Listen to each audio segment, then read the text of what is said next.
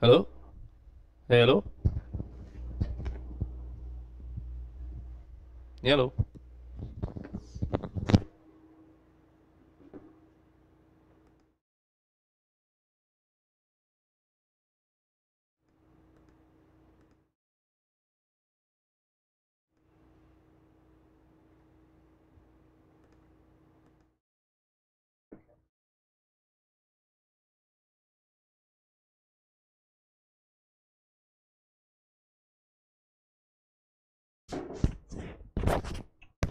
For my favorite day is acting.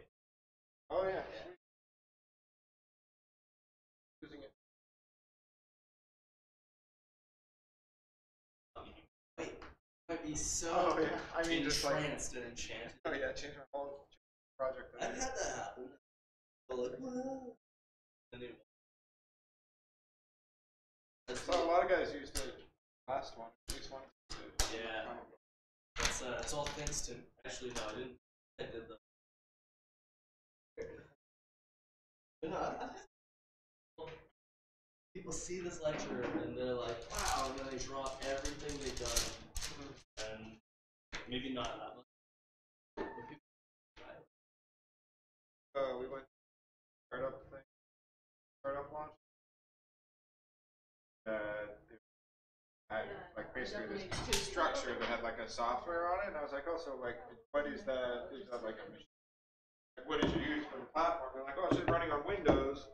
They use something called Electron, Oh yeah, yeah. which is like I guess JavaScript that lets you write a Windows app for like a Windows desktop. Do you use VS Code? I know, I use that. VS Code's an electron. Oh, is it really? Yeah, yeah. Tons of stuff. Slack is an electron app. Wow. Yeah, yeah. Actually, yeah. If you have time, you should try out electron one day. Yeah. Yeah. Well, what did they end up sending? Yeah, you just write in JavaScript. I put it in the other bag. Yeah, it exposes like a Chrome view. And yeah, you like your JavaScript API and stuff, code in React. Yeah, to make desktop apps.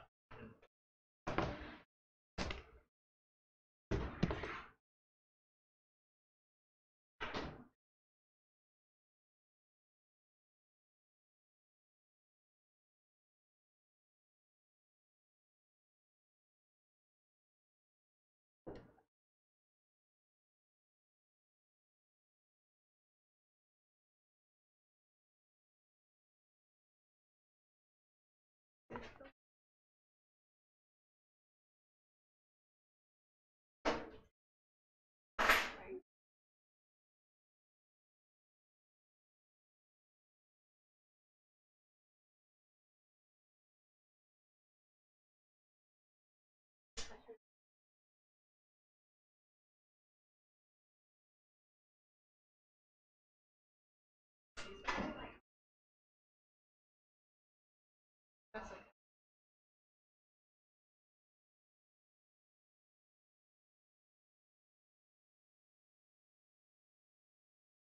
I'm right now.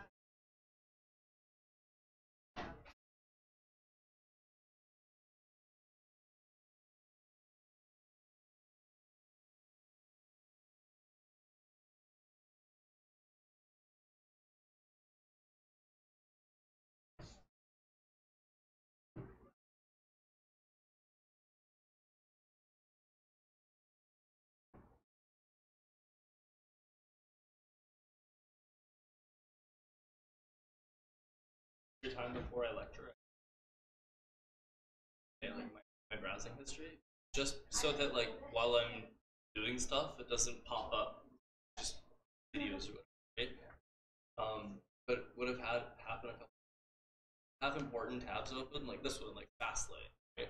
Have this thing open, and then I close it, I clear my browsing history, and I can't remember what that I want. Right? And I had it happen like right at the beginning of one of these lectures. I'm just like, oh no, like, I don't know what to do. Not this time. I have my tabs in.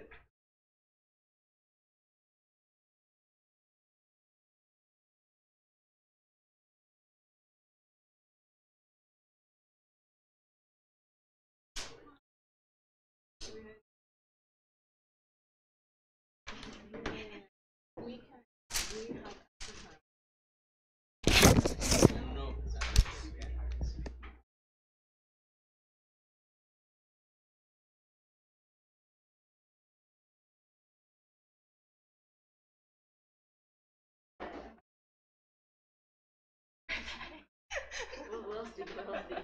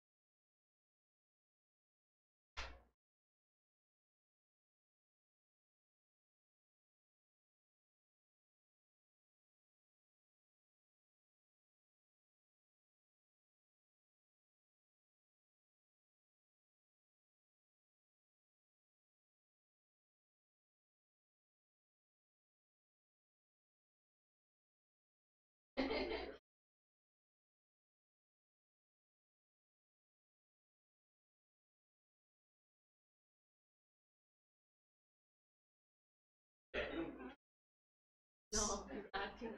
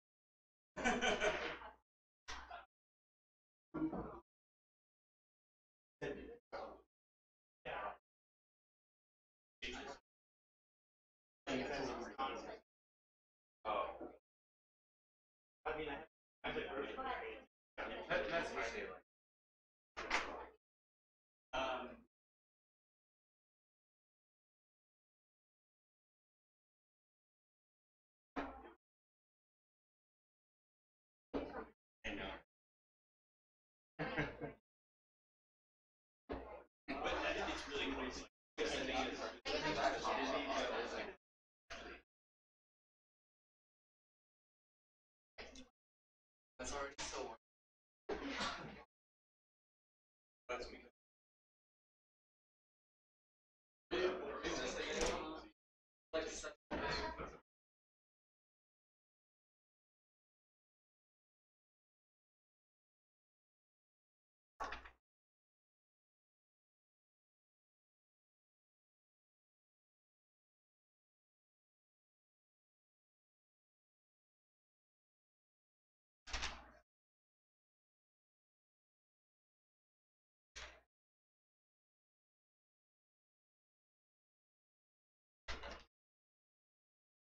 is the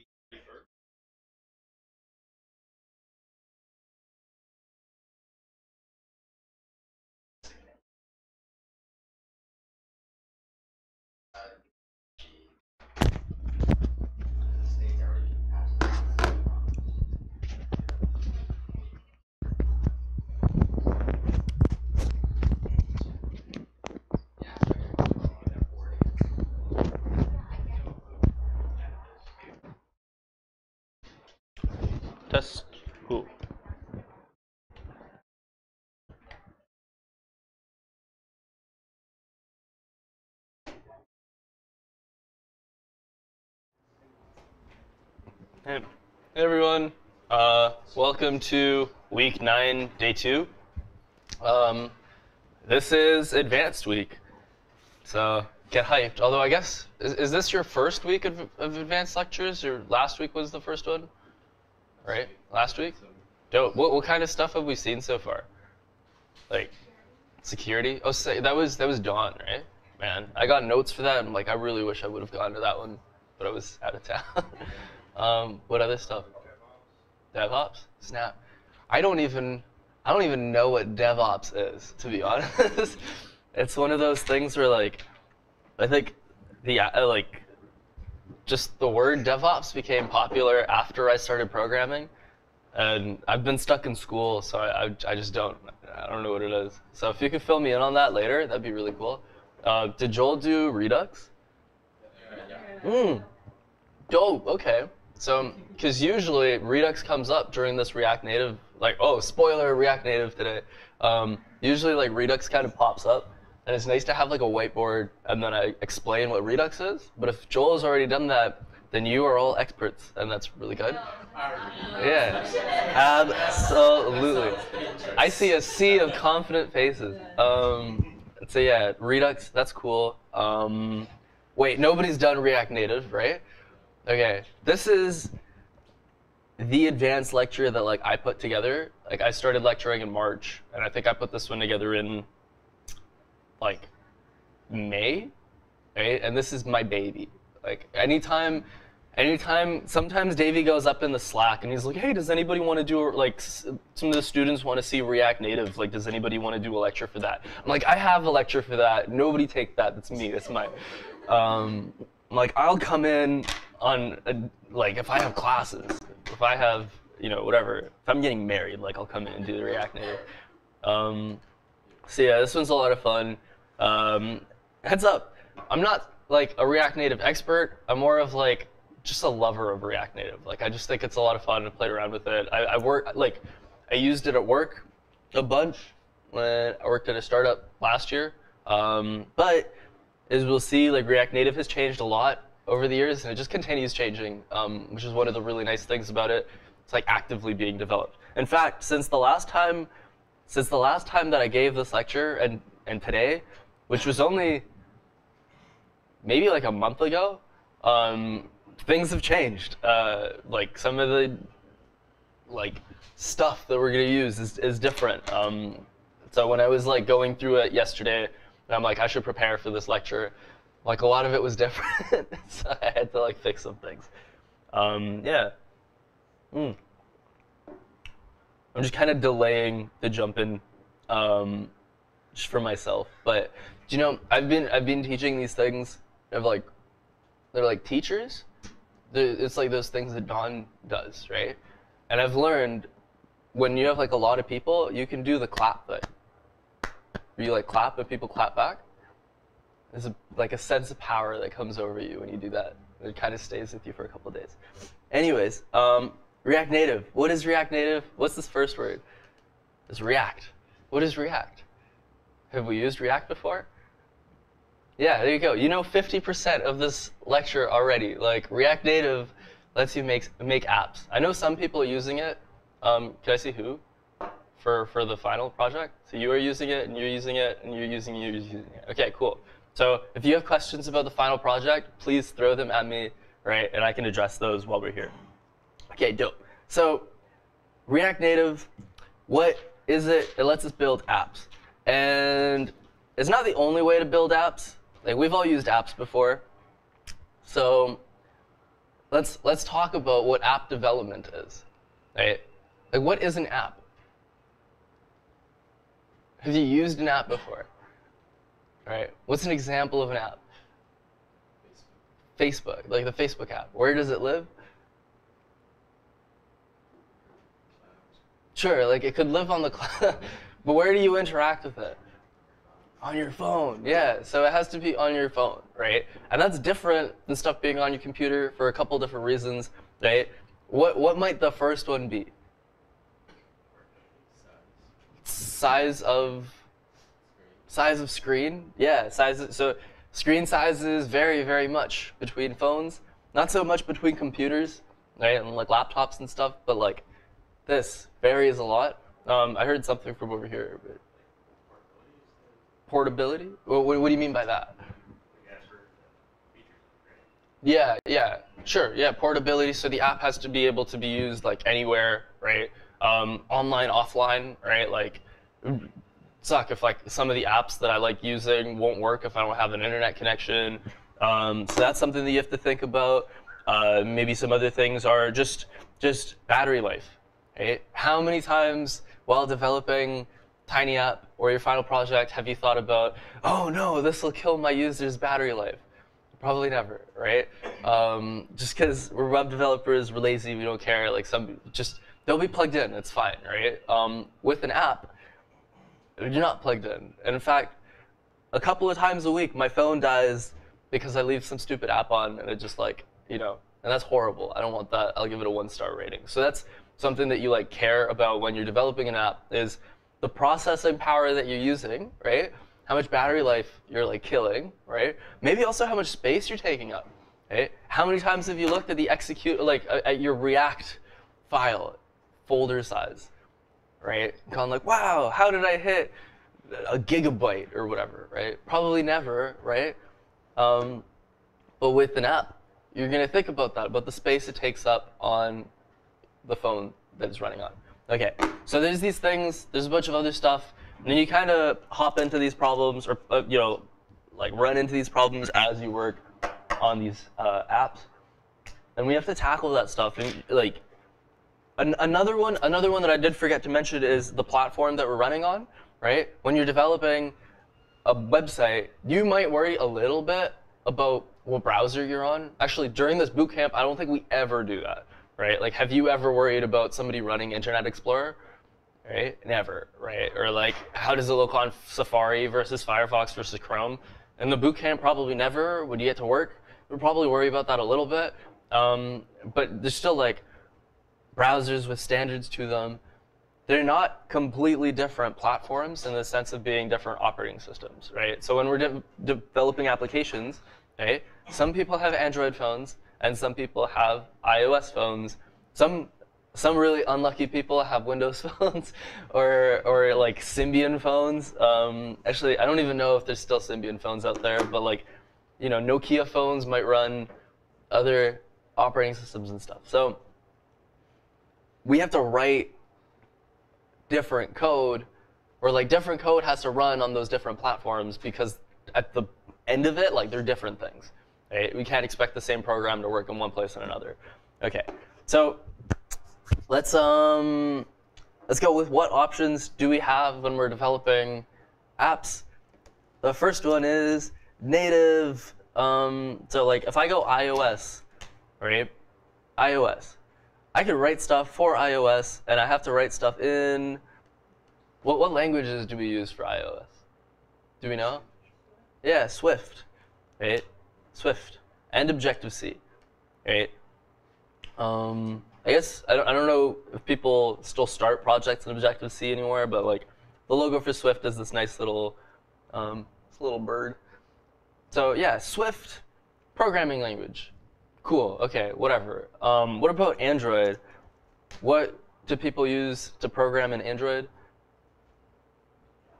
Java, yeah. So people will go to, write in Java. I think there's a thing called Kotlin as well. Yeah, you can also program in Kotlin. And Kotlin is essentially, it just runs on the Java virtual machine. It's Java. Let's just call it Java for the purposes of today. All right, so we have Swift and Java for those two different places, and we do something called native app development. You might download Android Studio or you might download Xcode, right? And then you open. I'm not gonna open Xcode up because it'll like crash my computer. Actually, it might not. It would have crashed my other computer, but my other computer died, and so I borrowed a new one. This one might actually be able to run it. So you would use Java or Swift and use the components of like the design language that they have, right? You'd use the Android SDK or the iOS SDK to develop stuff. that looks nice. So if we go like an iOS app, if I just Google iOS app and I go to images, like, wow, these, okay, I shouldn't have zoomed in so much. There you go. These might have some similar elements, like the spacing is similar, or they have these buttons that have the little arrows, or, you know, there's something cohesive about iOS apps. Like a button in an iOS app over here looks similar to a button in an iOS app over here because of the similar rounding edges or the similar like colors and stuff. So, you know, that's one thing. If I look up Android apps, there's also something similar there. Although, okay, I should have Googled something a little bit better. But with Android, there's the language of like material design. So there's these like flat colors and things are elevated and it looks like it's made out of paper, right? There's not so much like rounded borders as much as like harsh corners and circles, right? So we're using the pieces that the people at Google or the people at Apple have put together for us, and the apps that we make look nice. But there are two different programming languages that we have to use. So if I need to make an Android app, I have to use Java or Kotlin. If I need to make an iOS app, I have to use Swift or Objective-C, right? What if I'm a small company and I need an app for both, and I just don't have money to pay 2 developers, or I don't have money to pay one really smart person, right? Like, just have money for one person who's kind of good at like one language, right? This is not enough. Then we like, if we're a small company, we go, okay, well, it looks like we just have an Android app right now, or like, okay, looks like we just have an iOS app right now. For a lot of people, that's not enough. Like, for a lot of people, that's not a good enough kind of trade-off. So they hop over to hybrid apps. Okay, so hybrid. Actually, Jeremy, you mentioned Electron, right? This is a good time to talk about Electron as well. So what a hybrid app is it's essentially just a browser. It's like a web page that lives in a browser on your phone, right? It acts like an app, right? Like, really what you're doing is you're looking at it like an offline website, right? That looks like an app. It's written in HTML and CSS and JavaScript. It lives inside of like a little browser page, right? But you interact with it like an app. And that's like, if you've heard of Electron, that's a similar kind of idea. Like, Electron lets you make desktop applications using HTML, JavaScript, and CSS. It's again just a browser, right? I think it's like a Chromium instance or something that like exposes like the operating system's APIs. You can make views with HTML and CSS and write in JavaScript, but you're dealing with the overhead of having a browser in between you and that, right? Instead of it just being the app that you want it to be, you're dealing with some overhead. Same thing happens with hybrid apps. So with a hybrid app, it'll mean that you'll have a browser open while you're looking at your page. They also look like trash a lot of the time. So, oops, I already looked up hybrid apps. There's, let's see, do I have the names of these? Yeah, I mean, they're called WebView apps sometimes, right? Like, just be a WebView. Apache Cordova is one of them.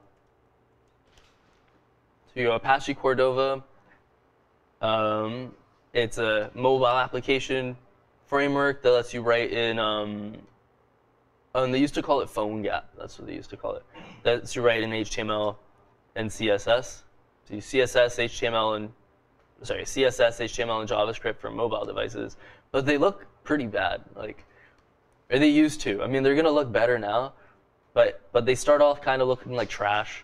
You don't really have access to the elements that make an iOS app look nice, or that make an Android app look nice, right? And that's the stuff that the Apple and the Google people really care about, right?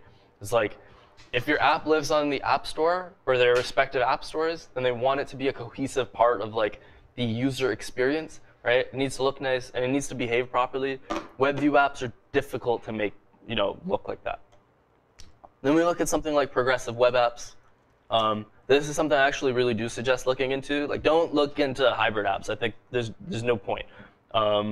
Native, there's a reason for that, and we can talk a little bit later. But like progressive web apps are pretty cool. These, they're just web apps, like a website that you might make, but they're made in ways which are nice and responsive. Right? They'll look really good on phones, and they provide, like, here you go. They're reliable. They load instantly, right? Even in uncertain network conditions. So even if you don't have an internet connection, right? The progressive web app, if you've accessed it before, will stay cached on your phone, right? With everything that it needs to really operate, right? So they work offline. They're really fast, and they're engaging in the sense that they feel like a natural app. So if you go look up a mobile like website, a lot of the time, like, it feels like you're looking at a website. A progressive web app will have been made, like, tuned specifically to feel like an app, right? It's got that like appy experience with all the different screens and stuff. Not very much scrolling, maybe, right? Or like zooming in and out. Everything's just like scaled properly. This part is important though, like the fact that like it works offline. Yeah, I would maybe take a look at these, and it, it's pretty cool. I haven't done a lot of work with this stuff, but I would like to. So native, hybrid, progressive web apps, and then we get into React Native, which is the name of the game today. So React Native is a framework for building native mobile apps. We've just talked about this word, native. Right? So native means that it's like made for that platform specifically, right? Like iOS, Swift is native, right? Android, Java is like native, right? If you're using the components that Apple and Apple and Google have like provided for you. By the way, when I say components, I mean things like buttons. I mean things like scrolling things and drop-down menus and date pickers and all that. Okay? So, yeah. So basically, there's a couple questions we want to answer. The first is, where does it come from? Say I'm here at the React Native page, and I scroll all the way down.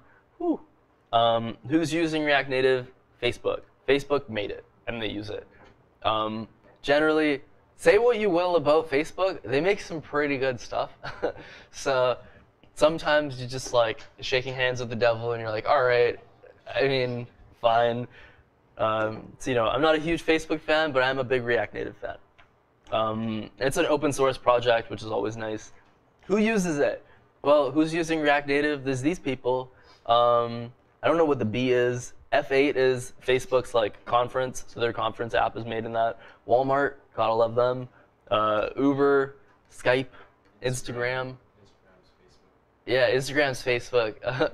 It was just funny because like there's people who are like, I don't use Facebook, I'm on Instagram, and you're like, yeah, okay, all right. Yeah, you do you. And then yeah, Skype, Wix, all this stuff. I think Airbnb recently they announced that they're going to switch off of React Native, but they used React Native for a really long time. Yeah, they developed a lot of cool stuff for React Native. So lots of people use it. I put this at the beginning of the lecture just so people don't go like, okay, like React Native is just some trash that Nima's doing his lecture on. Like, no, like it's supremely useful. There's lots of companies that use it, and you're going to be full on set to call yourself a React Native developer within like an hour and 40 minutes. So who uses it? And the last question is, how do we use it? So you go to the React Native repo, and we go to get started and quick start. And we'll see that there's there's two tabs for us, right? Now I'm going to I'm only going to explore the quick start tab, right? I encourage you to go to the building projects with native code on your own time.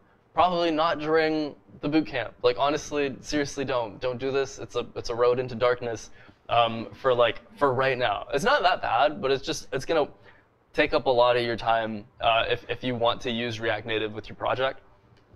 But the quick start, actually incredibly simple.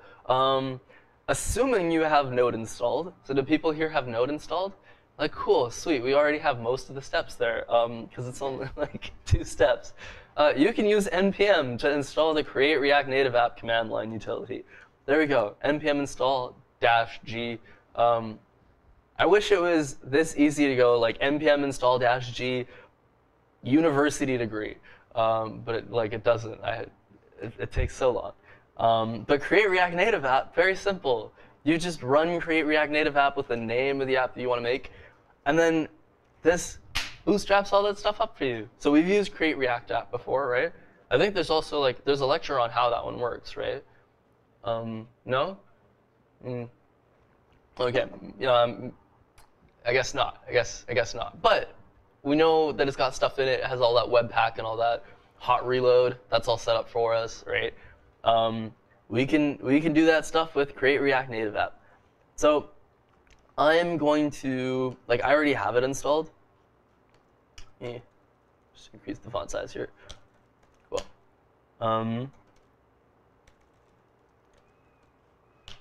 I have a new terminal called Fish, and it's got a little logo. It's a little goldfish. Yeah. And the you know how you have the little $ in your name at the beginning of your bash prompt? Mine is a little fish. So yeah, just wanted to show off. Cool. So I'm gonna CD into the thing. By the way, with all the lectures I do, I have all the code inside of GitHub repos. So whoops.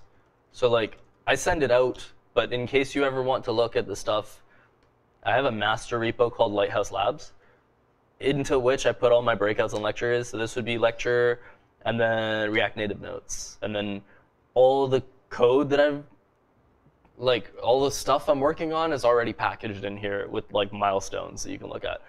So okay, so I could, if I wanted to, while I'm here, go create create React Native. Oh wait, did I?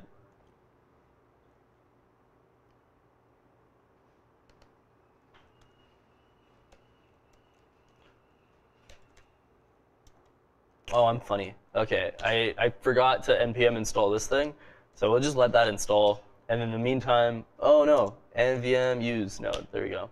I'm actually fine.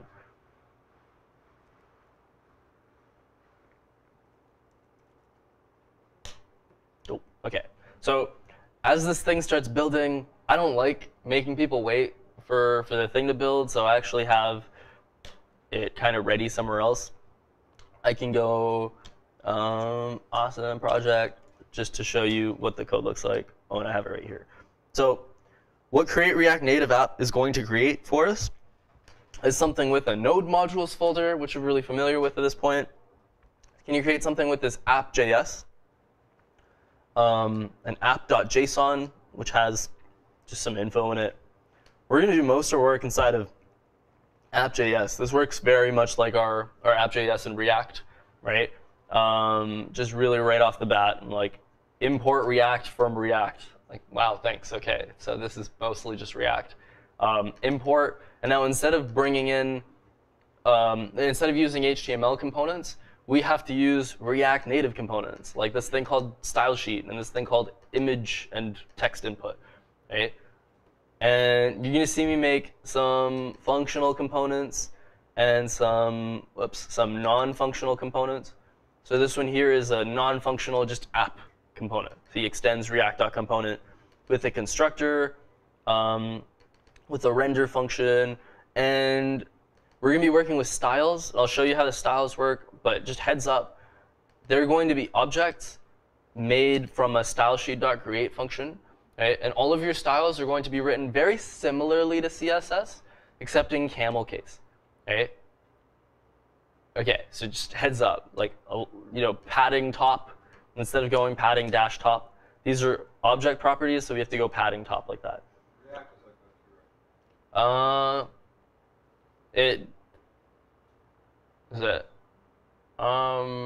right? I guess you can write CSS just on its own, yeah, in React.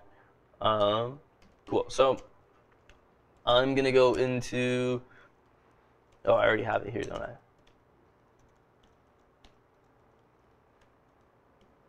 Okay. When we're here, we can go N. Why can't I use NPM? Oh, there we go. We can go npm start. So I'm inside of the project that I've, whoops.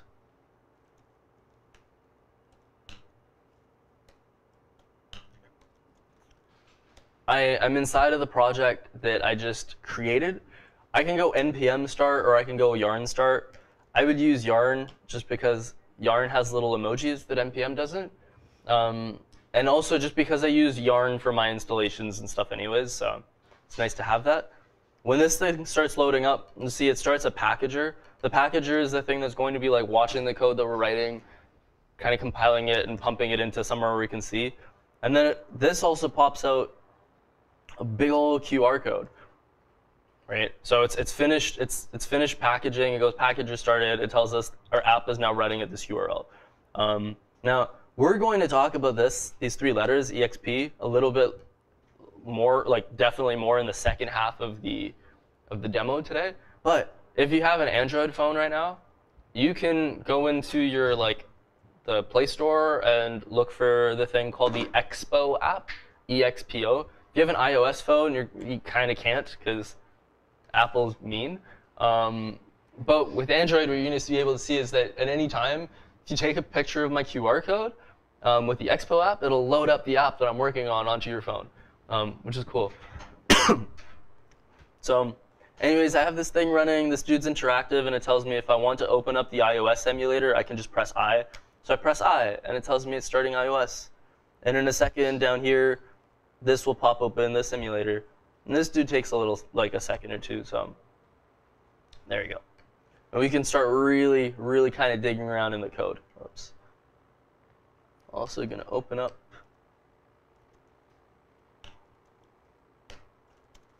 Cool. So this here is, here's the structure of a ready-made Create React Native app, where I go to the app.js and it has nothing in it except for open your app.js to start working on your app, changes you will make, whatever, and then a very, very basic style. So the styles have to be made inside of the style sheet object, which we import from React Native. And then we can pass in the styles to components, like this view component, right, by going style as the prop equals, and then inside of the JSX curly braces, we have to go style.container, right? Now, sorry, styles.container, and that gets this dude right here. Now, we in HTML use divs. A view is a div in React Native. View, right? Now, a text is like a P, right? Except a text is going to be a P both for iOS and Android, right? It'll just resolve to the text nodes that they use over there, so it'll look nice on Android phones or iOS phones. Okay, there we go. Open up app.js to start working on your app. I'm going to move this over to the side, and we're going to just ensure that if I delete this and I save, then this thing refreshes. Woo! There we go. I can add more things. I can say hello world. Whoops. This in itself is a lot of fun. And then we can start playing around with the styles. So let me increase the size here. So say I give this text here a style. Go style equal styles.big text. Right? Now there's no big text right now. So I have to go in here and I have to go big text. And I can give it things like a color is red. Now the color is red. And I can say, hey, the font size is 45. And now the font size is 45. Let me make it a bit bigger, 55, right? What do we notice about font size right now? Exactly. Yeah, what's the unit? There is no unit. We just say size. That's one of the nice things about this is we don't. Oh wait, actually, heads up. Do we have a Victoria cohort? No. Okay, oh my god. I was like, oh no. That would be really unprofessional of me. Yeah, okay, so font size 55, there's no units. Dope. We don't have to worry about EMs or pixels. Right? You know, if you want to make things take up half the screen, right? We have flex. Like flex, all the positioning in here is done with flex, right? So I suggest get really good with flex, because that's the only way that you should be doing. Like if I see things like margin auto, this would be in CSS. If I see things like margin auto in people's stuff, I'm like, yo, like use flex instead, right? Like you don't need this stuff. You can use flex and then display space between or whatever, right? Anyways, yeah. So font size 55. So now this one here has that font size, and say I put in another text that doesn't have that. Oops, I need to not pass in anything. Now I have a big one and a little one. Very cool. Okay, let's do something funky. I do a lot of just pasting code in, and then I explain what's going on. Just because I'm not good at like live coding. It's not a skill of mine. So I prep all my stuff ahead of time. Here's a functional prop called welcome. It takes some props. One of the props has to be name, and it'll display hello with the name. And then here is some curly brace where I do some conditional rendering, right? Now, conditional rendering, right, in here works the same as in React, right? In the sense that within these curly braces, you can only fit one statement, like one statement that gets executed. You can't put like if, whatever, and then else. That's not one statement, that's multiple, right? You could do a ternary, right? You could do something, something, question mark, something, colon, something else. That's a ternary. You can do that, or you can do this funky stuff where it's a short-circuited. No, it's not a. What are you doing? Yeah, so I'm printing out. If there is height, then it'll print out how tall you are. Right? This is the structure for how I've set this thing up. So I can in here go welcome, and like I said, there have to be some props being passed in. One of which is name. So I could go name Nima, or let's start with Sally, and then we'll go Nima, and then it'll say height is let's go 6 feet. Because I like being, yeah, I'm 6 feet tall. And there we go. So we have hello Sally and hello Nima, you were 6 feet tall. Even though like Sally has not been passed height, since the height is being only conditionally rendered, right? Then things are like fine. Right? We can talk a little bit more about conditional rendering. I just wanted to show you that like you can do that stuff in React, you can do that here. We can dive into this a little bit more in a bit. And yeah, so we make our components and we run them, and we use them, and it just works. It's nice. Components have state. Components have props. So we've looked at props. Let me do another functional one real quick. So this component here, this component is called emoji, right?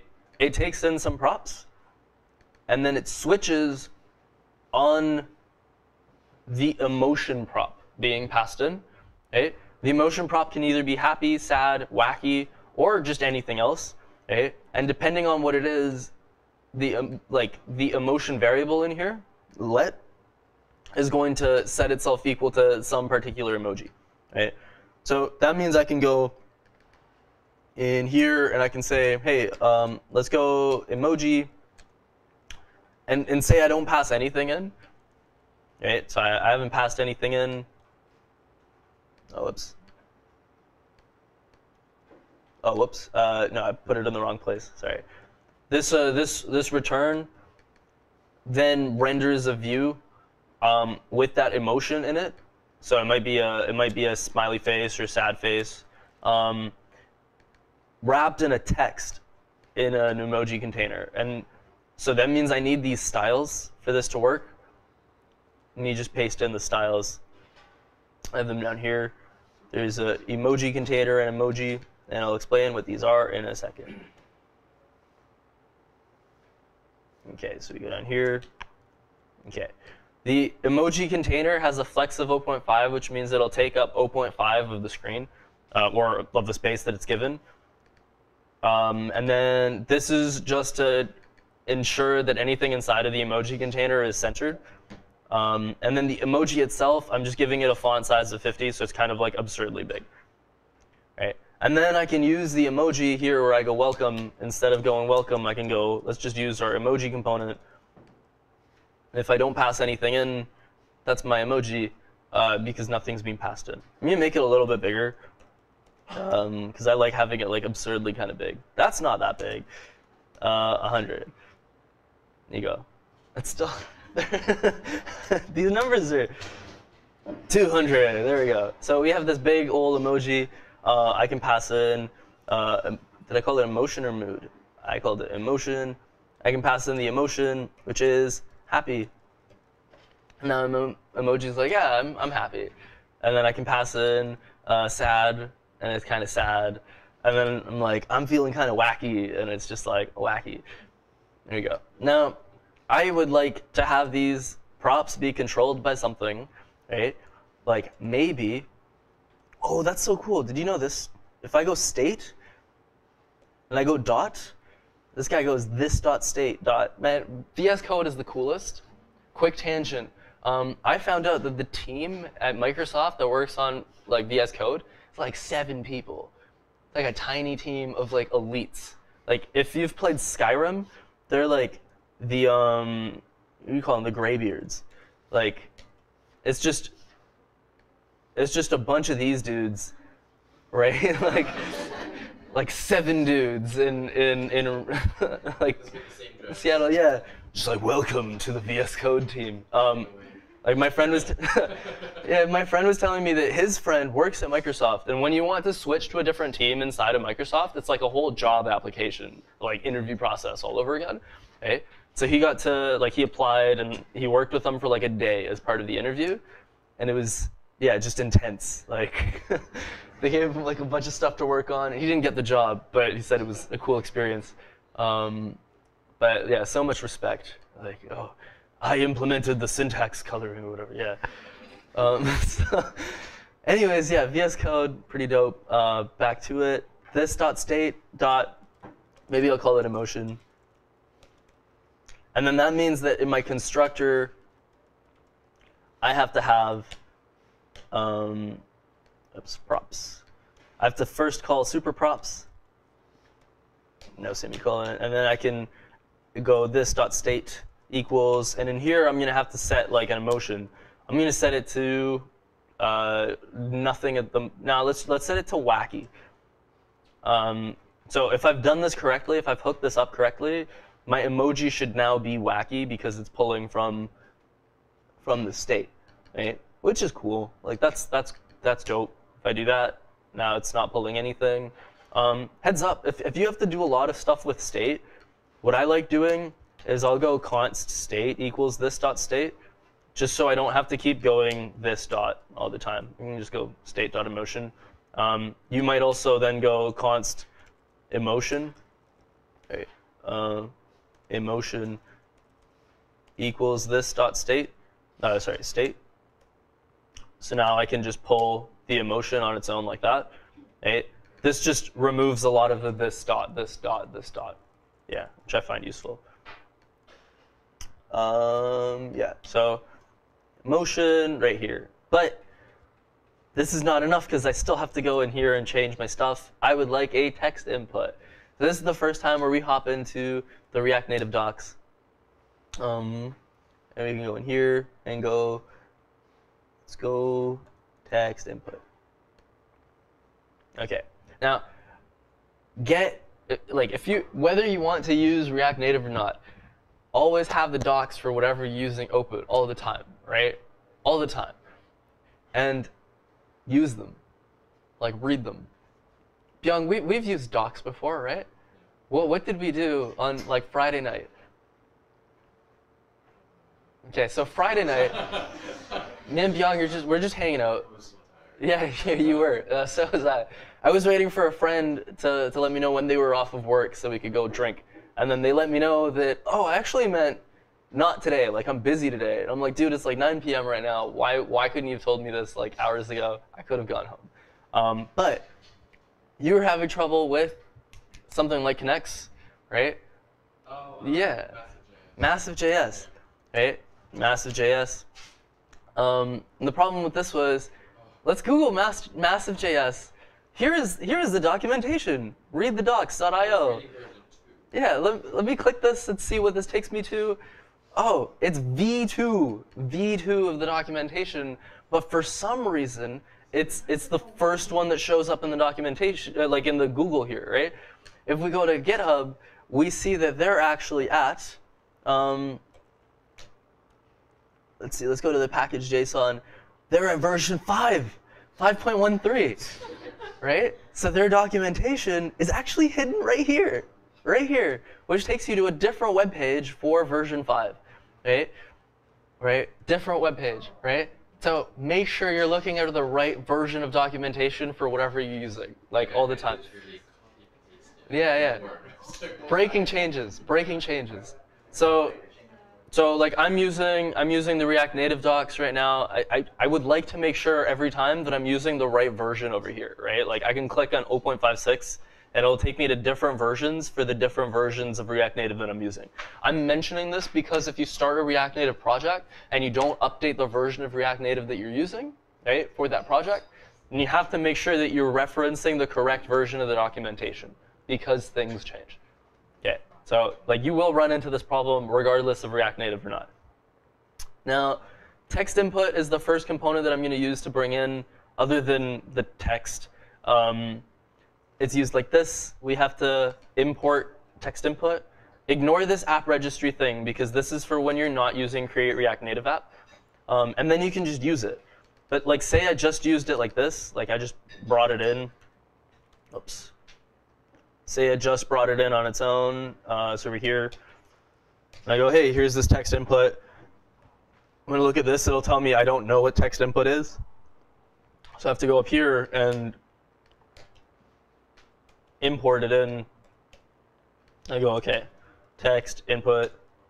And now when it refreshes, it has a little text input in it. Now, it's by default like really tiny.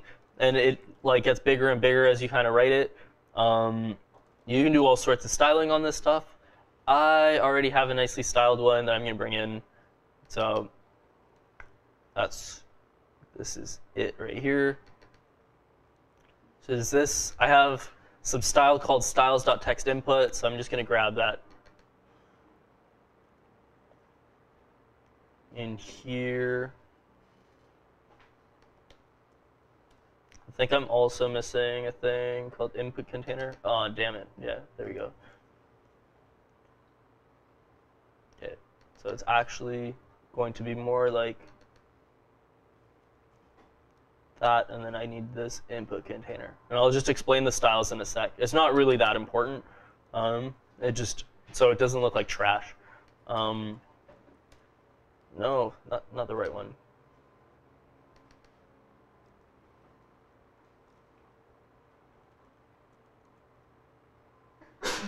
Bless you. Okay, so I have an input container. Flex1 is just going to make it take up the entire row, so it doesn't start off tiny. Flex direction row is just so there's stuff inside, like, as well. Like here, flex, the text input inside of the container takes up the entire row, and then I've made the font size big and the color green. And then over here, well, I guess I'm not using the font size, but text input style. So if you look at it now, it's kind of moved all the way up, but that's fine. And I have this thing called movie. I'll say mood instead. Mood.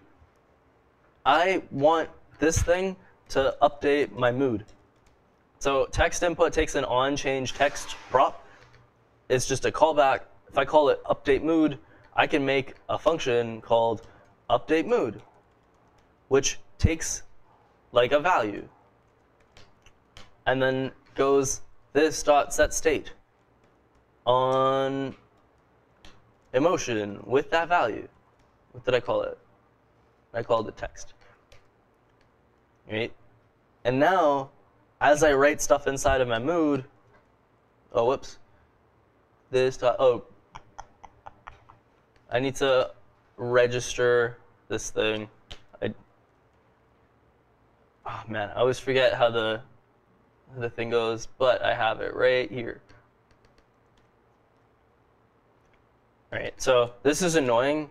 In React Native, in the same way as React, like we have to bind our things, right? So now this has access to what this is, and it can call set state.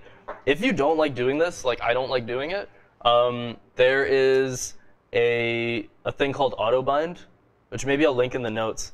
Autobind. Let's go autobind this one here.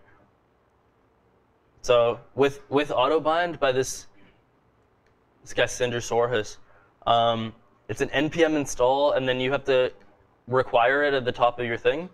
And then anytime you want to bind, in your constructor, you go autobind this, and it binds any method that is called, or that is created to this. Somebody's even made it as a decorator, which means you don't even have to write the code like that. You can just go at autobind before each of the methods that you want to bind. Or you could even put it at the top of a class and it auto-binds everything. I'll show you. We can talk about that later if you want. But now that I have it registered, I have this, whoops. I have it registered. I have this update mood, render, all that. Let's see what it does. I go happy, and now it's happy. And I say sad, and now it's sad. And I go wacky, and now it's wacky. Right? That's cool. I'm controlling the component with my text input, but I want to do even funkier stuff. I want to do funky stuff. So I figured that what I would do to be funky is access an API, which requires a couple different steps. So here is the first step. This is the first step. Me pasting in this code and not talking about it for a minute, just so that I remember that it's here. Okay, and then I go over here and I go register. Okay, so the first actual step to the little demo that I want to do is load in an image, which means that for my render, I'm getting rid of my emoji and I'm putting in an image instead. Now, the way images are done is they're objects with a URI property and some style to them. Let me paste in some styles. I'll slow down in a second. There we go. Okay.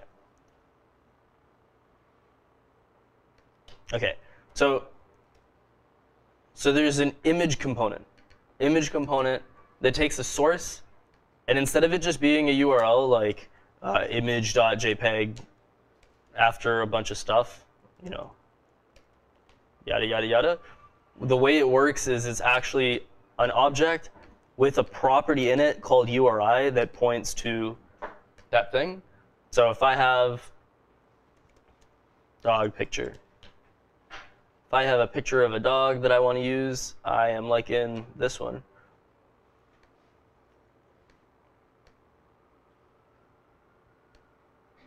Then I can take the image address for that thing. There you go, like that. I can apply a style to this component to size it properly. So I styled it with a height and a width. Again, no units. And then when I refresh this, I'm going to get a big ol', oh no. Where'd it go? Did my thing crash? Weird.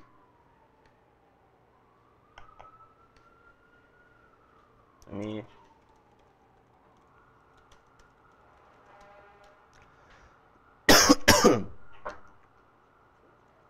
I guess I should restart this because it died.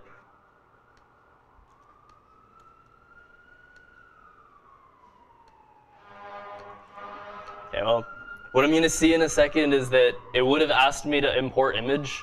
So I would have had to go up here and go image, right? And then I can load up the image. I'm just waiting for this. There we go, iOS.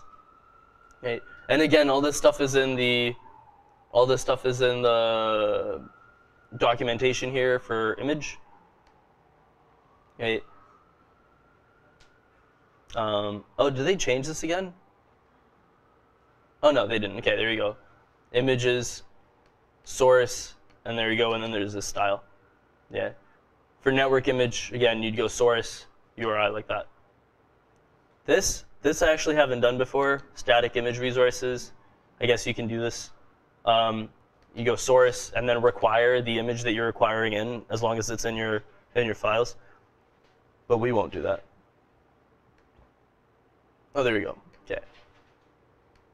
So now I have my little dog. My little dog is an image. But the demo that I want to do is I want to write a movie name and I want to show the poster for that movie. Okay?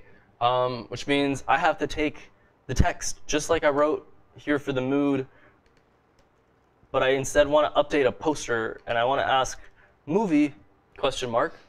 And then I want to display. Oh, if you're wondering why this thing is all the way up at the top, so this is because I'm using the iPhone like X or 10, I guess. The margin, like it starts way up at the top, and the divot here doesn't, like it still counts as part of the screen. So I would need to put in like a margin top at the beginning to move things down here in the stylus container. I'd have to go like margin top like 50 to move stuff down. There you go. So I want to update some kind of poster based on the text input. And I have this function, and this function called update poster. Now, this takes a title, it then uses the fetch API, right? Which is just another way to make like HTTP requests, right? You might use something else. I'm just using fetch. This is a GET call to the OMDB API, which is like IMDb, but open, with my API key and a title. So I had to go into the OMDB API documentation to figure out how their API works. And this returns some JSON response. Now, I've written this in async await form, which means I have to call this an asynchronous function. And then anytime I do asynchronous calls, I have to go await and await before the code continues. This stops me from writing callbacks, right? But if you want to think about this in callback form, which you've done, like that's fine. Because I don't think we've really dived into async await too much, right? Joel has quite a bit? Oh, that's awesome then. Okay, cool. I guess depending on the cohorts, like sometimes we don't go into it too much. I get a response, and then inside of the response, there's a poster property, right? I mean, I'll console log the entire response so we can see it. And then I'm using the poster property to set the URI of this poster thing in my state. Now, if I look at my state, there's no poster, so I'm gonna have to go poster and then URI, URI, and set it to nothing. And then I want the image, instead of pointing to the dog, goodbye dog, this now points to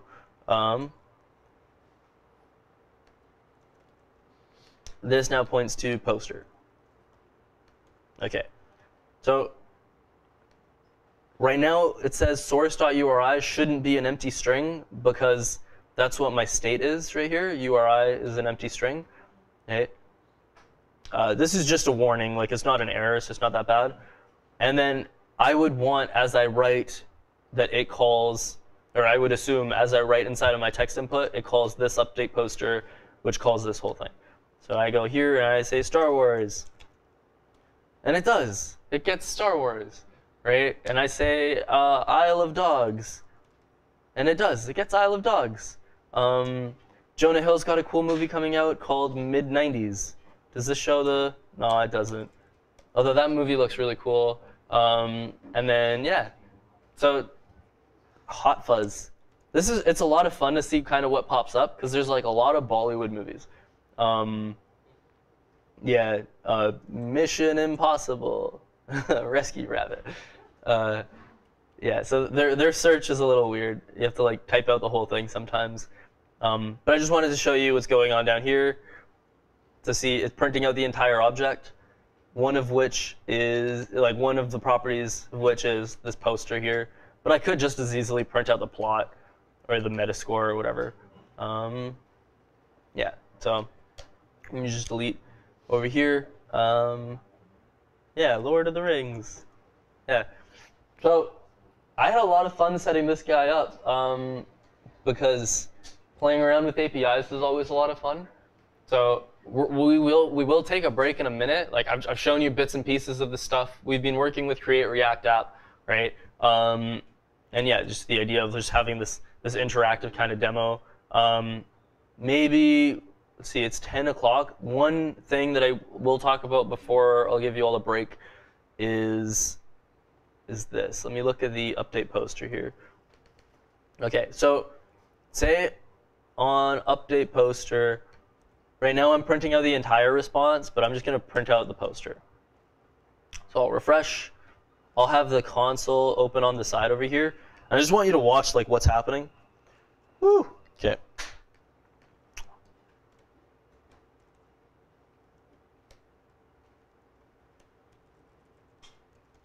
Has anyone seen The Raid before? Not The Shawshank Redemption, The Raid. Raid 2, Redemption. Okay, well the Raid is, oh yeah. Redemption. This movie is awesome. Highly recommend The Raid. Anyways, I was just typing because I wanted you to see this. Undefined, undefined, undefined, undefined. Right? Because every time I type, I have this thing calling the callback. Right? Every time I type. Sometimes there's no movie called asked. So my API that I'm calling returns a thing that doesn't have a poster property because it just can't find it. Right? In fact, I might still have some up here. It returns something like, whew, okay, well, it's way up. But it'll return ones that say, hey, like I didn't find anything, so undefined. That's not cool. Like it's just not cool for me to keep spamming when I know that I'm not done typing. Right? Like say I'm writing Star Wars, I would like to get to maybe the wars part before it makes the request or whatever. Right? Like wait, oh whoops, wait and then make the request. That's hard with just writing callbacks like this because there's no property that I can pass into here and go wait for finish equals true, right? Like this doesn't exist, right?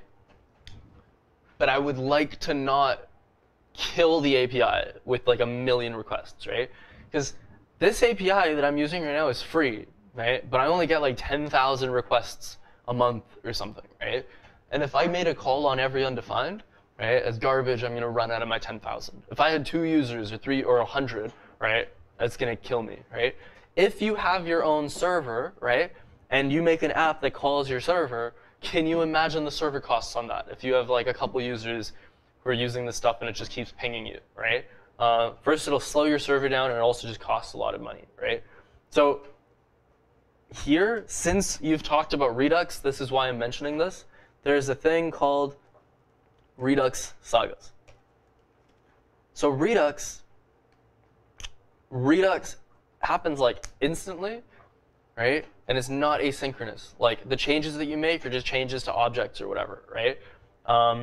Sometimes we want to have like asynchronous side effects, and you can use something like Redux Saga that will chain, like it'll change your Redux store, right, based on like asynchronous things like HTTP requests, right? And in that case here, since I technically want to change state, not this one, I want to change state here, like I want to change state based on an asynchronous like call. You can use Redux Saga, which will queue these things up, right, and drop them anytime a new request comes in, right? So it only actually makes the request on the very last one, right? If you're interested in that, we can talk about that. But then what you end up, or like we can talk about that while we take a break. What you end up when you use something like that is you don't get all these undefines. It'll only make the useful calls. Yeah. So it's 10:04. Let's take a 10-minute break. So we'll pick up at like 10:15, right? And from then we hop into a thing called Expo. But before we break, are there any questions? Dope. Okay. Yeah. So I'll see you all at 10:15 then.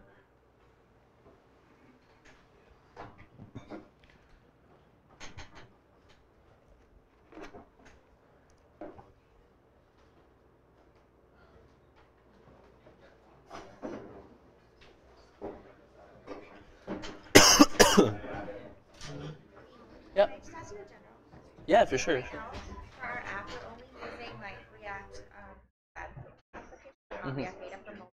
Yeah. So, like, say, our project. Yeah. Super possible. Especially, are you using Redux in your app? We're not using. Awesome. Yeah. So that's even better, right? I was gonna say like if you're using Redux, right, setting up the boilerplate takes a little bit of time. But if you're not, it's not that bad. We're gonna see how we can set up screens and stuff in the second half, right? Right. So using this thing called Expo, and that's gonna do like a lot of setup for you. Yeah. Honestly, yeah, it's incredibly simple. I say that just so that I get you to start it. It's not the easiest thing. Yeah, it's not that bad. I mean, look, like I made these GET requests right now, Yeah. and I've technically like. I'm still like learning. Like, I was like, wait, what's going on? Like, asynchronous. Sometimes I have to like. Yeah. Still Well, a little bit long. what we can do is I'm here until 9 p.m. today, right? So at some point, if you want, like I can sit down and take a look at your thing, and like your React app, and tell you if I think it would be easy or difficult. Like, do you have maps and stuff in it? Like I don't know what your project is. Do a mobile version. Or like. Okay. And like.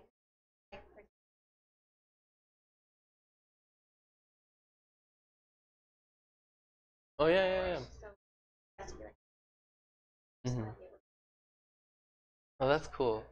That's Yeah. just a stretch for me. I think don't know. you'd definitely be able to like get started on it at least, because we use Expo, and in the documentation here, like the Expo thing that'll show off gives you access to like a stupid amount of stuff. Like you can change the brightness, you can access the camera. Okay. There's a map view, Okay. and then you want to do like location, right? And now apparently this module allows you to read geolocation info by going, hey, here's the location, and then there's a this.getLocation call, and this asks you for permission. And then when you're done all of that, you get the location here as just like geo coordinates. Their examples are super nice. And then at any point over here, you can click preview, and it'll open up like a little. Oh, okay, this one doesn't work because it's using an old version, but generally a lot of these will like give you a little plaything so that you can see it in action as well. Yeah, we can definitely take a look at your thing. I like the pet health idea. That's cool. Yeah, tracking your dog.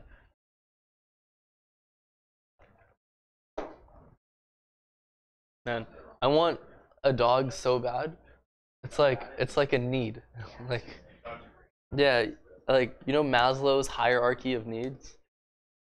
It's like, yeah, it goes like, okay, psychological, safety, love, belonging, and then at the bottom, as the most important one that I need before anything else, is dogs. Yeah.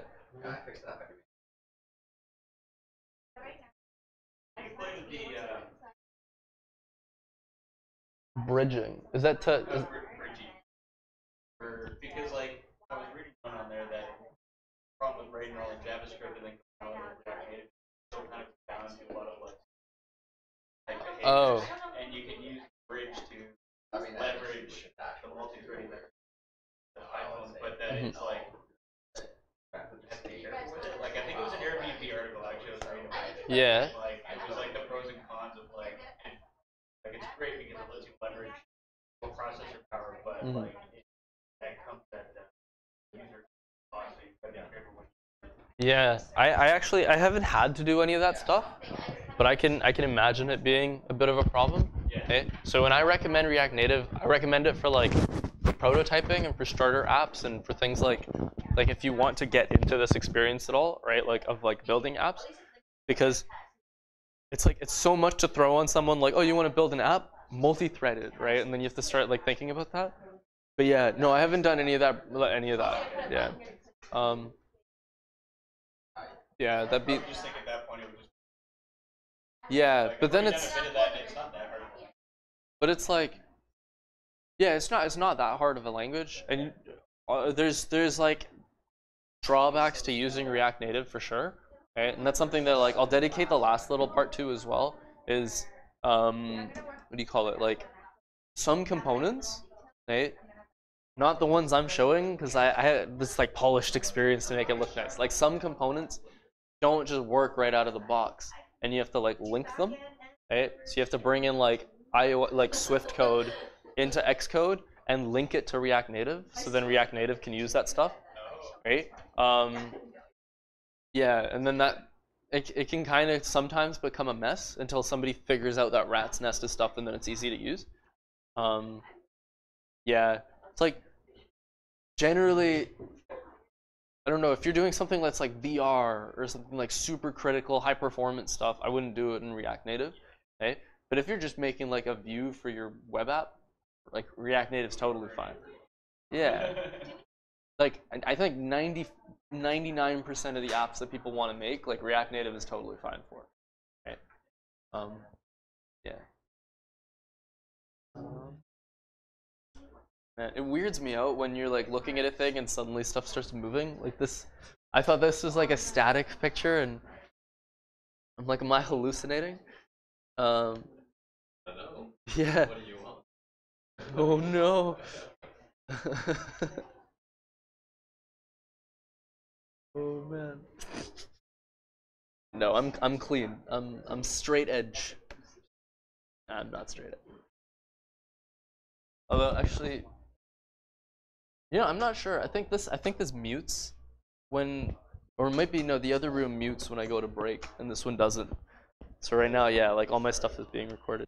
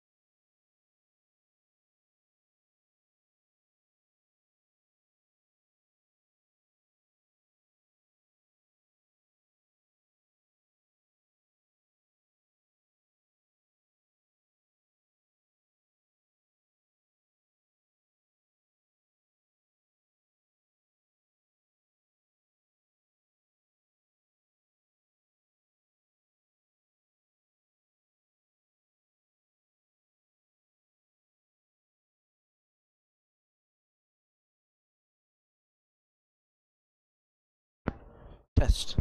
Tester. Okay. Okay. This is most of us, right?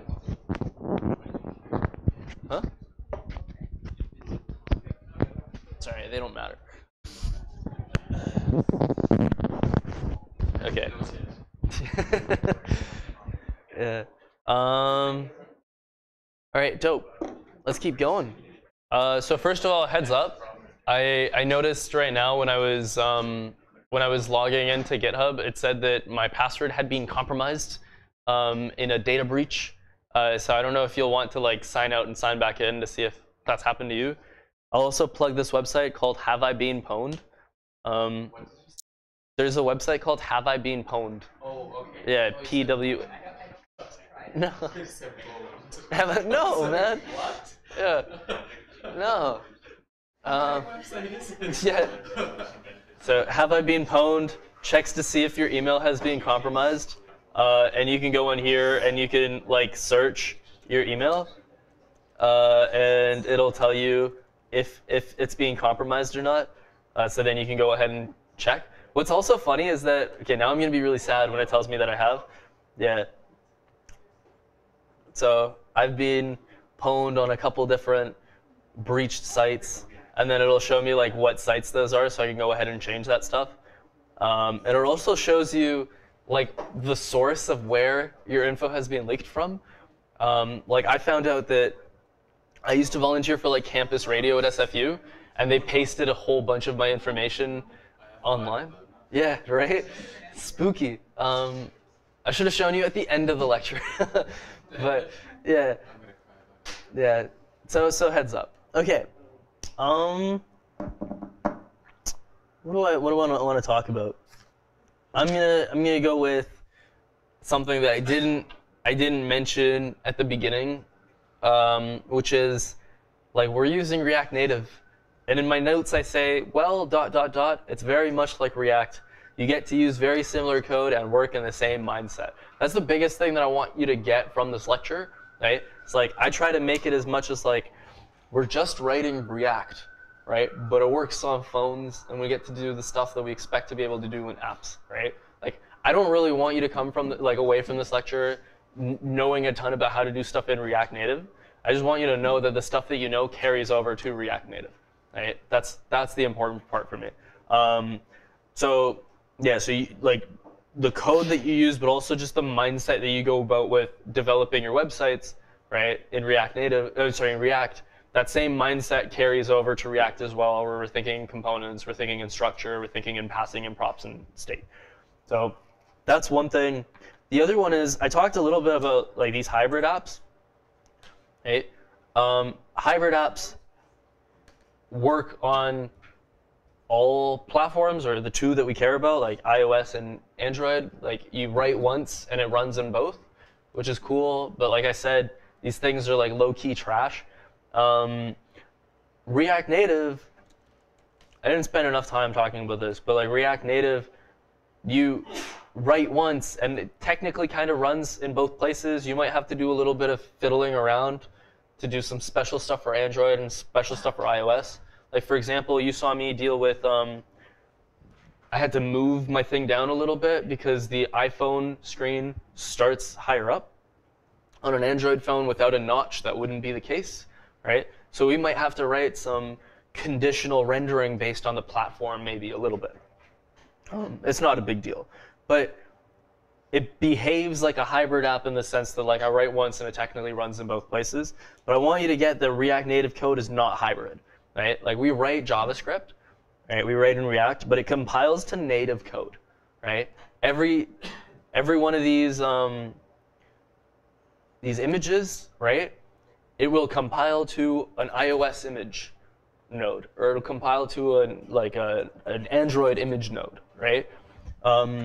So the performance of a React Native app is very good, like comparable to a native app, depending on the things that you're doing, but certainly much better than a hybrid app, right? And the look and feel of the thing that we're going to be building is going to be, you know, up there as well. Like, let me show one more thing. If I go into here and I go yarn start, I'm just gonna boot up the thing again for a sec. I wanted to show you that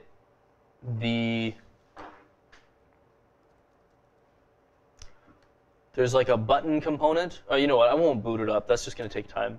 There's a button component, for example, right? And the button component renders nicely on any platform, right? Whoops. So this here is the Android button component. This here is the iOS button component. They're both invoked by going button, right?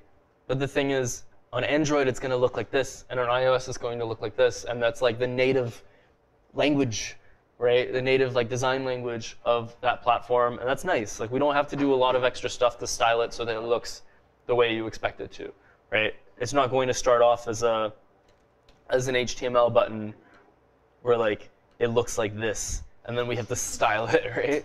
But have you seen apps where there's buttons like this before, right? Those are WebView apps, right? Like if I go Apache, Cordova, or let's go PhoneGap. Let's go older. PhoneGap button. I'm probably going to see something that looks like, maybe not. Okay, well, even here you can see this button is like a little bit taller than that input or whatever. I'm being really nitpicky, but I guess when you work somewhere with a designer and stuff, like they get really nitpicky, so you'll have to like deal with that. So it's nice. The React Native lets us get into that. There's also a thing called I didn't show these just yet. There's these things called touchables, right? So a touchable highlight is like a div that you wrap around, or think about like an anchor tag that you wrap around any component, right? It could be an image, or it could be a bunch of text, or it could be just a div, right? You wrap these touchable highlights around, and you give them an action. So then you can tap whatever component that was. Actually, I might as well have started this thing and wrap a touchable highlight around one of these things. I'm going to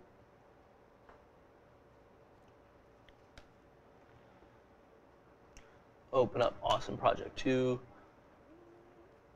and just show you the image.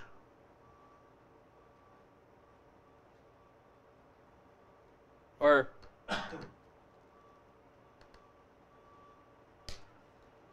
you go. Cool. So we're gonna see the emoji, but I'll have wrapped it in a. Oh no, I've had this not work before. You basically go touchable highlight and wrap the entire thing in a touchable highlight, like this. And then here you'd have an on press, right? And now this emoji is touchable. And when you touch it, it highlights, right? And that makes anything interactable. I can put an interaction on this, on press. This would do, do something, right? So yeah, that's interacting with things. Let's see if I have to import it as well.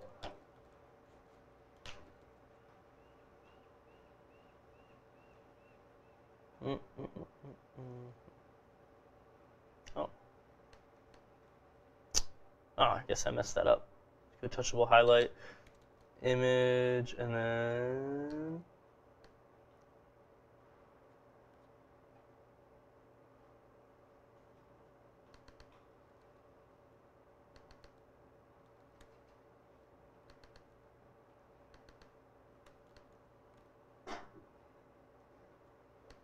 there you go. So see, I have this image, and now when I tap on it, it gets like highlighted or like darkened, right? There's a couple different types of these touchables, right, that you might want to work with. And that just lets you make your own kinds of buttons of whatever shape and style that you want. And this also just behaves the way you expect touchable things to work on your platform. So iOS, the whole thing kind of like darkens. On Android, it'll have the little like ballooning balls that make it look like you're pressing on it, right? Which is cool. Okay, let me quit this thing. That Now, the thing that I'm going to talk about now is called Expo. So Expo is what I recommend everyone start off with when they work with React Native instead of using Create React Native App. So Create React Native App, right? It sets your app up, sure, right? You go Create React Native App and it makes it for you, right? And then you're like, okay, now I start building my app, right? And it sets all the structure up for you and all that. But, oh, and it also gives you access to a bunch of things, like if we go here, Create React Native App lets us run on a simulator or a device really easily. It gives us this npm run iOS, or for me, it gives me the QR code and all that, like all built up with this interactive thing. That's all Create React Native App that gives me access to that. But if I want to use some components like a map view maybe, right? I would have to import that map view somehow. Like I don't think that's, like if I control F map view in the documentation for React Native, there's no built-in map component, right? Map. There's no built-in map component. If I want to do some navigation, there's no built-in navigation, right? Which means if I want to have screens and I want to have like a drawer that pops up with that stuff, like there's nothing built into React Native for that. I would have to go like, oh, React Native navigation, right? And then here's like Wix has made one. I hate the Wix one because it's got this creepy logo. It's like so creepy. Like, ugh, okay, no. But yeah, so they have theirs, and then you would have to go through a bunch of steps to eventually end up with something like this that gives you like the navigation that you want to do. Right? But the installation's kind of, I remember it being a bit of a pain. There's a different installation for Android and iOS where you have to hop into Xcode. So you have to hop into Xcode, need to edit a file, replace all the code with this reference or whatever, right? It's a bunch of work, right? To link up the navigation to your React Native app if you're using like Create React Native. And also Create React Native app puts you into like an environment in the same way that Create React app puts you in, where there's some things where when you want to do that stuff, you have to eject out of that environment, right? That then gets rid of this stuff. And then you have to go through the trouble of setting the stuff up all over again. What we can use is Expo. Expo is the fastest way to build an app. Now, with Expo, they call it like a tool chain. It's got these tools. It's got the Expo client. This is the thing that you load up on your phone. It's got the Expo command line interface. This is the thing that you use in your command line to like administrate your Expo app. Got this thing called Snack, which lets you try out Expo stuff in the browser, like build React Native apps in the browser on an emulator, which is pretty cool. And then the SDK is what gives you like the APIs that you can use in your Expo project. They used to have a thing called the Expo IDE. I mean, they still do, but or it was Expo XDE. I don't think they advertise it as much anymore. Right? It was like a program that you load up on your computer to do Expo stuff. I didn't like it. Like it was pretty garbage. And now they've come up with something a little bit better, which we'll see in a sec. But when you have Expo installed as a command line tool, which is npm install Expo, like -g Expo command line, or where did I put it?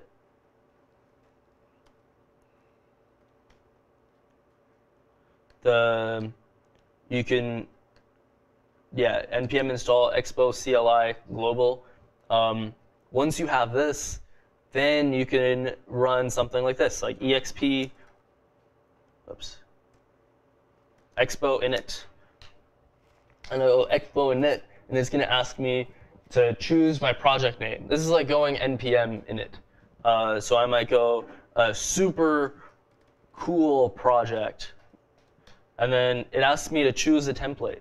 And there's two templates. There's this blank template or a tab template, right? Because what Expo does is it packages in all the stuff that we want for navigation. So we can make an app that has tabs in it, right? Right off the bat. I could go make a tabbed thing. I'll go blank right now, just because I have a tabbed one already made that I'll show you. It'll start downloading the project files, start hooking things up. This takes a little bit longer to set up than Create React Native App because this is giving us access to this huge mess of things. Let me go documentation. So these are the Expo docs, which I have in the notes that I'll send out. And this thing is bizarre, like the amount of stuff that they give you access to with React Native. You can access the camera. We can access the user's fingerprint sensor, or like on the phone, right? Oh, this one is not loading for some reason. The file system, the face detector, right? I know, right? Face detector lets you use the power of Google Mobile Vision to detect faces on images, right? So you could, I mean, I guess use the camera, have images, and then, you know, do all that. Although I think the camera also gives you access to that. You can access contacts, gyroscope, what else? Brightness, like audio. Yeah, just all this stuff is pretty crazy, and it has navigation between screens, or routing and navigation. It also has a map view, right? And it has push notifications, right? Like, or if you want to deal with push notifications, like it's pretty simple to do with this. Yeah, see notifications. So most of the stuff that you want to do for like a pretty cool app is built in here. And you would just go, so Expo init, now it's loaded all that stuff in there. I can CD into super cool project and I can go Expo start. And it's got the entire tool chain that will bootstrap that up for me. And in a second, it'll give me an option for opening up the emulator.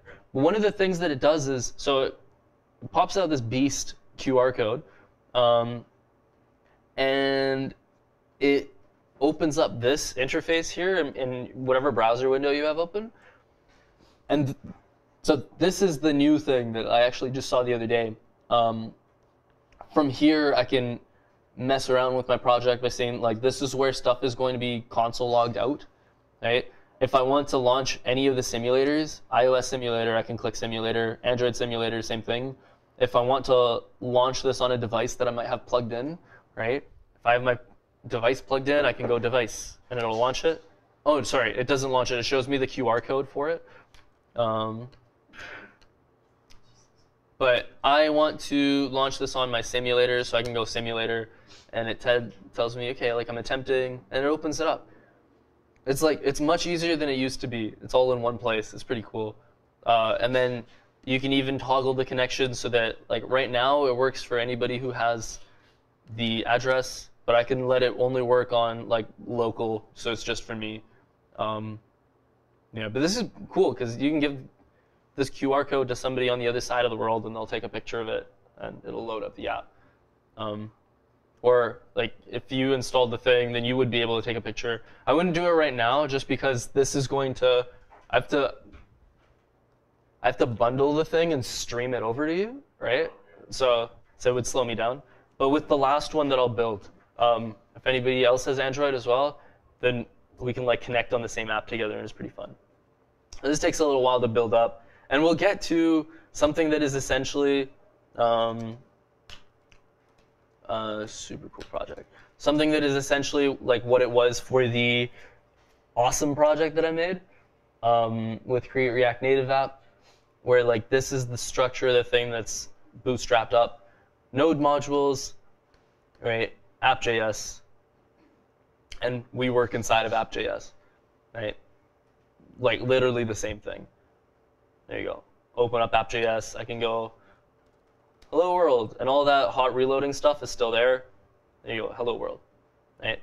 Now, I have one that I've already started building, which I'm very proud of. I've called it Lighthouse Chat. So I took it on myself to come up with a Slack replacement, and I've called it Lighthouse Chat. It's full-featured. Okay, it's not, but it will be. And let me go here. And we get to build it up today, bit by bit. The what I do here. Yeah. The first part is actually having a thing with a bunch of screens. So if I go expo start, this is going to start loading up this thing, and we can see what it looks like from scratch. So I made it as a multi-tabbed project, which means I have access to a bunch of screens, and the way that Expo sets up a tabbed project is a bit different. So we have our app.js, and inside of app.js, I didn't write any of this code here. This loads up all the screens and puts them together in like a router kind of situation. We would have to go into screens where I have all these different screens, right? And each one of these is like a full screen component, right? And they're managed by a thing over here in the navigation. That's the main tab navigator. And again, like I didn't do very much of the work here. All I had to do was go into the tab navigator, import the screen, and then tell the tab navigator to also load up a new screen. So if I had a new screen, I would just go new screen, whoops, this is new. And then I'd have to load up that screen like this, new screen, from new. Right? And then I can make that screen over in my screens thing. So it's really not that bad. And I already have them created for us in a second. So the screens that I have are this camera screen, this chat screen, and the home screen. The home screen is the one that you're going to see by default, and it just prints out welcome to Lighthouse Chat. There's a camera screen that says camera, and there's a home screen that says, there's a chat screen that says chat. Right? Not particularly exciting, but it's going to get us there. Right? When it loads up, we'll see what it looks like. It goes, welcome to Lighthouse Chat. Move it to the center. And I can click on the tabs down here, and it'll move me over to whichever ones I want. Now, I don't have it set so it's animating or anything. We would just press, and the thing pops up. But you can set it so that the thing animates as well. Right? So obviously, this is not enough of a Slack replacement just yet. There's still a couple things that we have to do. The first one is actually having like maybe a login in here, right? So I would go into Lighthouse Chat 2, where I have that prepared. So in Lighthouse Chat 2, I still have my screens, right? Like I still have my camera screen, right? And I still have my chat screen that just says chat on it, right? But my home screen is different. My home screen has a view. I'll show you in a sec when this lets me load up. Simulator.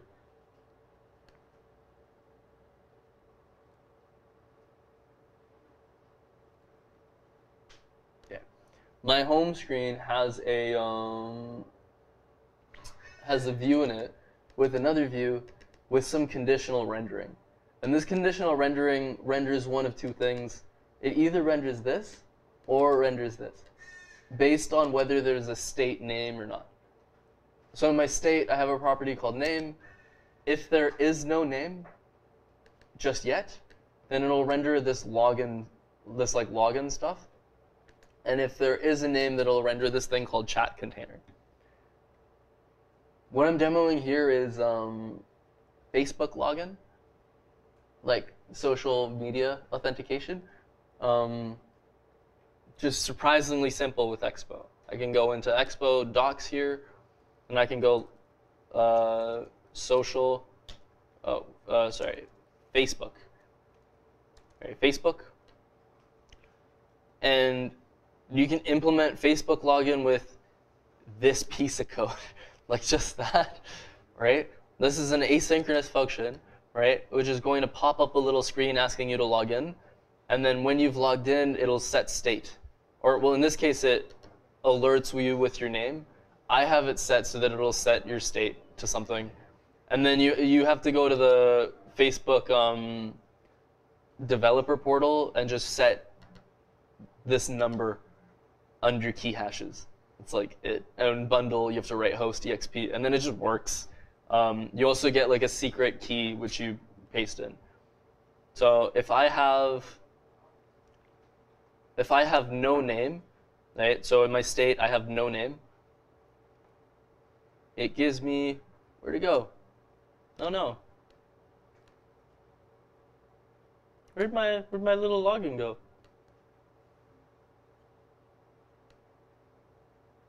Oh. Well, it's not working. Did the image not exist anymore? Oh yeah, it did. Okay, Facebook logo. Just need this for a sec. Okay, I need a picture to be able to click on.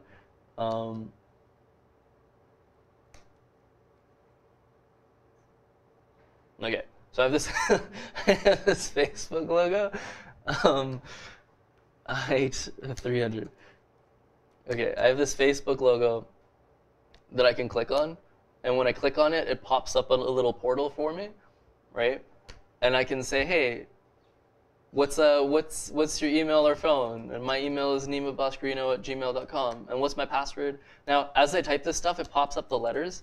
So, so I'm gonna take a second and just go break and write my password. Yeah, I know, but I trust you. I just don't trust the internet. I mean, do you know what my password was now? Yeah.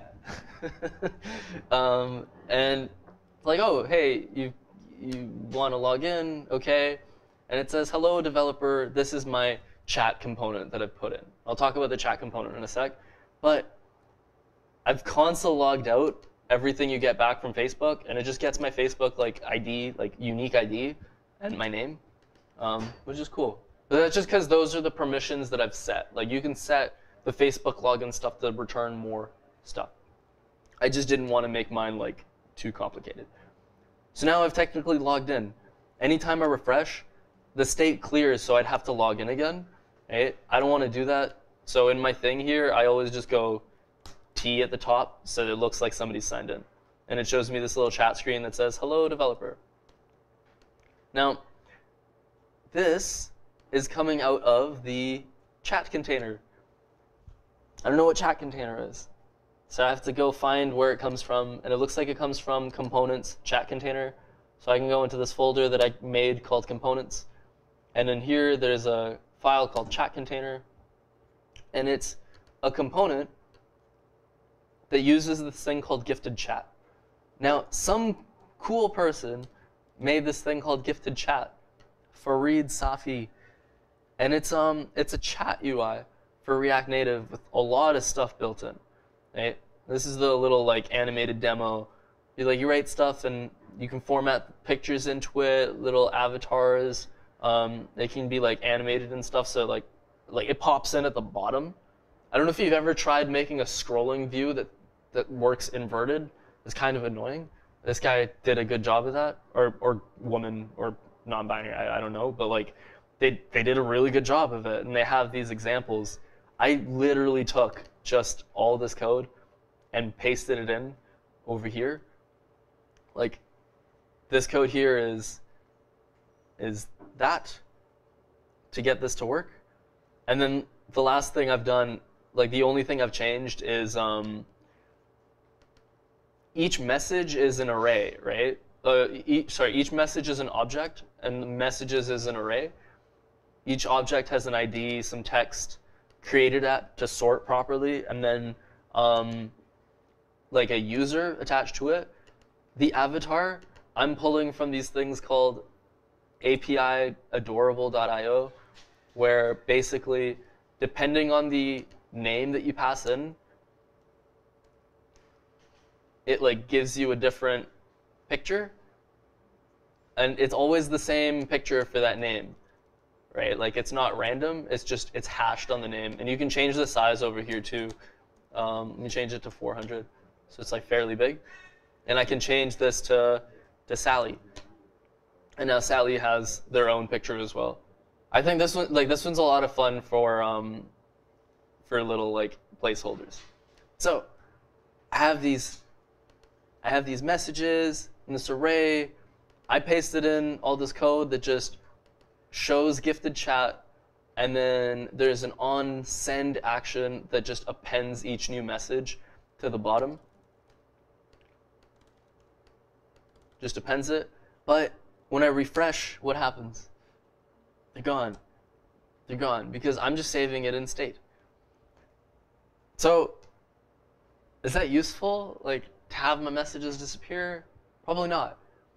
Probably not useful because my conversation with this person who's saying hello developer, it disappears every time. That makes me sad.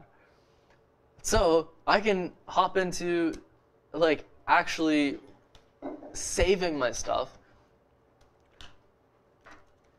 by connecting to a thing called Firebase. Has anyone here used Firebase before? You have? Oh, buddy. Oh, buddy. Okay, you might actually, if you see, like, at the end of this lecture, you're like, okay, I'm not really that convinced with React Native, you might be pretty convinced about this thing called Firebase, which I will show you right now. Let's go expo start to boot this up. So I have a database. I put stuff in it. It's on fire. That's a Firebase, right? Maybe not. Okay, I have a database. I put stuff in it, and it updates everybody who's connected to that database. That's Firebase, right? So Firebase is the thing by Google, their own little version of like AWS. So all the services that they offer online. Firebase is one of them. So Firebase is Google's mobile platform that helps you develop high-quality apps and grow your business. If I go to this page, which will just take me a second, and this thing is this loading?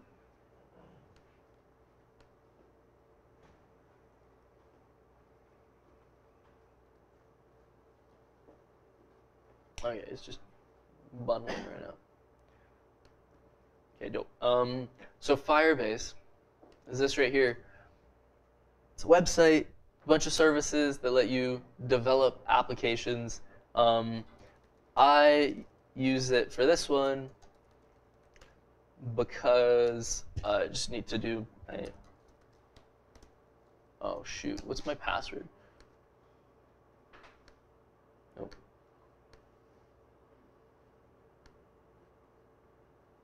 Oh no. Anybody here know my password? Oh, I got this. Woo. Nice. Two-factor authentication. Okay, cool. So Firebase, there's this console.firebase once you log in, and this is what lets you administer your apps, of which I have a couple. I have this NW Hacks thing. Lighthouse Chat is the one that I'm working on. So actually, while I'm here, me and a friend have a startup that we haven't worked on in a little while. So if any of you want something to work on afterwards, I have some money to just spend. So come talk. I do. I haven't spent any of the money that I've made at Lighthouse. I haven't spent any of the money that I've made at Lighthouse. Like, I've just put it into me and my friend's like joint business account, right? It's like I do this as contract work from my company. So you go to school and work at the same time? Yeah, yeah. It was a bit of a delay. Yeah. That's my brain just processing my life right now. So yeah, me, like we haven't done any. Like, we've done some work on this, but I need to like get back to it. We call it stigma. So if you want some work to work on, right? I might be down to like pay one or two of you some like short-term contract work. We could talk about that. And it's React Native, React, and Firebase, which is why I bring it up. So Firebase, I have a Lighthouse Chat project set up, and specifically, we could look at authentication. Like, Firebase gives you some really simple sign-in stuff to manage all of your users on over here. Hosting, like you can host websites on Firebase. if you know what Amazon Lambda functions are, like AWS Lambda functions, Firebase has its own version of that. They have like a machine learning kit, which I actually didn't even know about this. This is cool. The thing that I use it for right now is the database. So there's this real-time database, and it's just a big old object. A big old object like you might have seen in, what do you call it, in MongoDB, right? It's a key value store. You give it a key, you give it a value, and it stores stuff, right? You can have like security rules on here, right? I've set my security rules, there we go, security rules, to like anybody who has access to the endpoint, as in like my URL, can read or write to it. And you can administer the database through this web view, right? You can administer it through like HTTP, like push, like post, right? Get and post, or puts. Or Firebase has like an NPM module that you can use, and this hooks you up to the database, and you can push stuff to the database, get values back from the database from that big old object. And the cool thing about Firebase is that anybody who's connected to this thing, anytime you make a change, will see that change. So let me open this up into 2 tabs over here. Like I have this tab showing me this view, and I have this tab showing me this view. So I go plus, and I go hello, and I set the value of hello to world. All right, it glows green. Over on the other side, this, like, they both have hello world right now. I don't know if you can see me switching tabs. Like, it updated on both sides. I didn't have to refresh, right?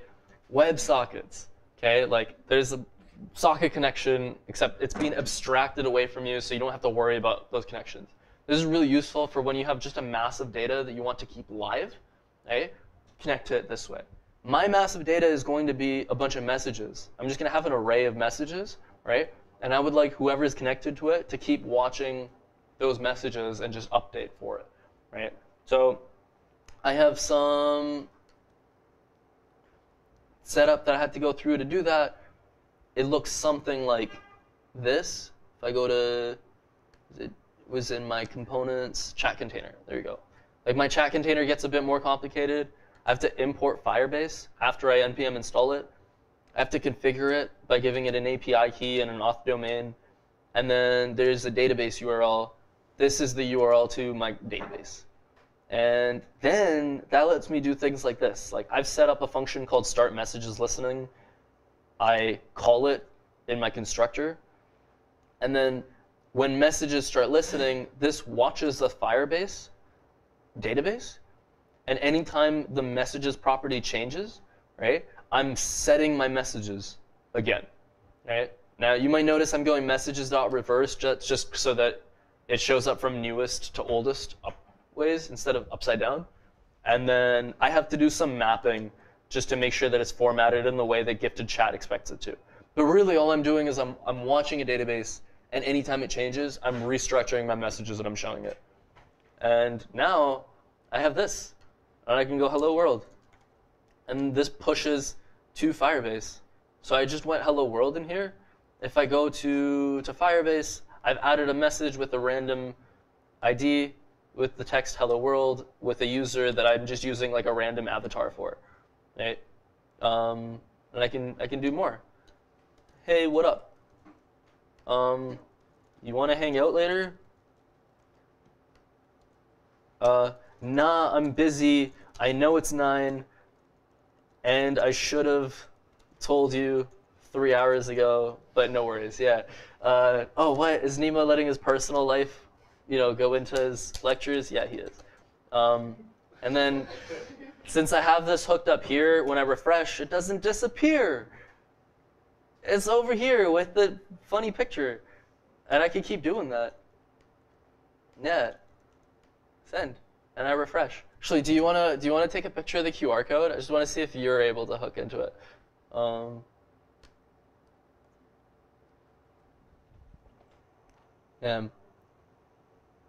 Like Firebase is beast. you know, if all you have is just a big amount of data that you want to keep live, instead of hooking up WebSockets front and back and making sure that you have your protocol like set for that, right? Just use Firebase. Honestly, like, setting this message thing up was so much easier with Firebase than I would, like, if I was supposed to do it with WebSockets, I would have quit. I might have just, yeah, like, I don't think I would have kept going. Is it like streaming the thing to you right now? It's just as building JavaScript. Nice. So in a second, oh, you're at 45%. That I'm installing malware on your computer, right now, on your phone. Yeah, downloading personalities, 62%. So in a second, I don't have a thing that says like has entered the chat, but like you could do that on connection or whatever. Yeah. So this is Lighthouse Chat. I highly recommend you to like hop into my service and you know be part of this little world. The last thing that I'll show, this is 10:59. I'll just show one more screen that I have ready, which is the camera screen. And that one's like it's pretty neat. Just want to show like how simple it is to just drag a camera view into your project, because all you have to do is go camera component and then ask for permission, and then it's done. Yeah. Oh, there we go. Sup? How you doing? You like React Native? Yeah. Oh man. Yeah. There you go, banned. So there you go, right? This is like my favorite demo. Even I've done the Kanye demos for you, right? I like this one even more. Although did I do the client side JavaScript one for you? The one where I have the Kanye faces and you click on them and they go whoop. Yeah. That one I built like the night before that lecture, right? And I'm just like having fun with that. That one's pretty fun too. But yeah, so there is the Lighthouse messaging, and if I go to the fully featured one, this one here, what I've done is I've dragged in. You open this up. I've done some more stuff to the screens, of which one of the things is the camera screen no longer just says camera on it, right? It has stuff in it. Now, everything in here, I have copied and pasted. I'm not trying to say I'm lazy. I'm just trying to say that like I've pulled this stuff from somewhere. Everything in here I have copied and pasted from the camera documentation. Like I took the basic example and I clicked on here and I went all the way down here and went copy, right? And it just works. And what we're doing here is we're importing camera, and we're importing like a component that asks for permissions, right? Inside a state, we say has camera permission is just a null, right? Like it starts off as like false essentially, and then this is a constant that says which camera are you using, like the front or back, right?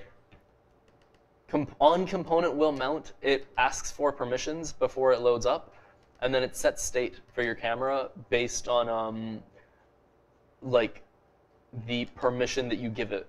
And then this is rendering the camera just with some like a button in it to take pictures and stuff. Although I don't have it taking pictures right now, like it doesn't save anywhere. It just flashes the screen. So now like I can't do this on iOS, or not on iOS. I can't do this on the simulator because the iOS simulator doesn't actually give you access to the camera on your computer, right? So I use a phone for it. Yeah, it's just gonna take like 30 seconds. So in here, if I try to do it, it'll just be a black screen.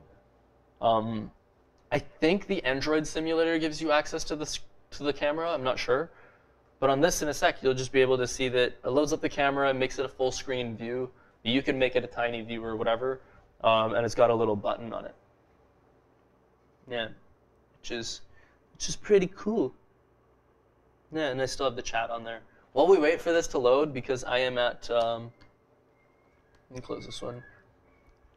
I'm at 70%. Any questions? Because I know I rushed through this last part pretty fast. No questions? Oh man, you're all just like geniuses now, right? It's just like React Native devs. Who here is going to put React Native on your resume, like right after this lecture? Yeah. There you go. Yeah. I'll be your reference. Yeah. Attended a 2-hour intensive, boot camp. So this is. Anybody want to gather around? So you can, because I can't put it up on the big screen, but I can do it on the little screen. Or don't, like that's fine. So here's my little chat. So I can send, and now it's sent. And if I go, whoops. If I go to the little camera, I have it set on the back camera. So now it says pictures, and there's a little button that says flip. And if I flip it, we're like full on selfie mode. We're like, hey, right? If I take a picture, if it like flashes, but I'm not taking, like, don't worry, I'm not taking pictures of you people. Like, yeah, but like, yeah, it works. Which is fun. All I had to do was go, essentially, where is it? Camera component, right? It's like stupid how simple this, look, it's quote unquote simple. It's like, this is it? Are you serious? I just write React. Awesome. I'm good at React. I can make apps. Yeah, so that's about it as far as what I have set up for today. I'm so hurt by the no, by the way. Yeah. So I have notes that I'll send out.